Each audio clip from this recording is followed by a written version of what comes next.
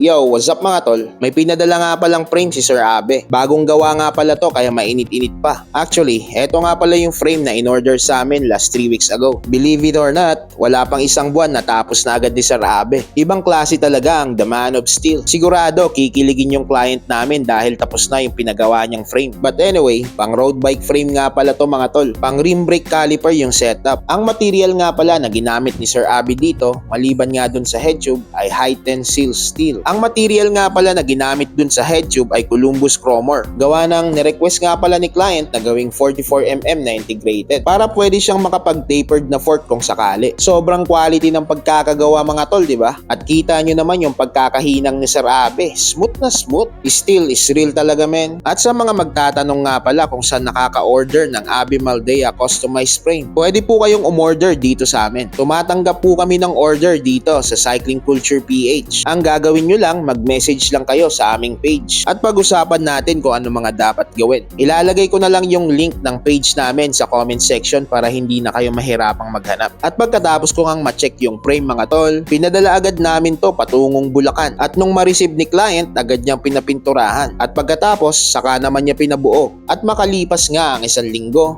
eto na siya, ginagamit na. At bago ko nga makalimutan, shoutouts nga pala kay Sir Titos Pagador at salamat na rin po sir sa pag-order sa amin ng Abe Maldea na customized frame. God bless po and ride safe po palagi.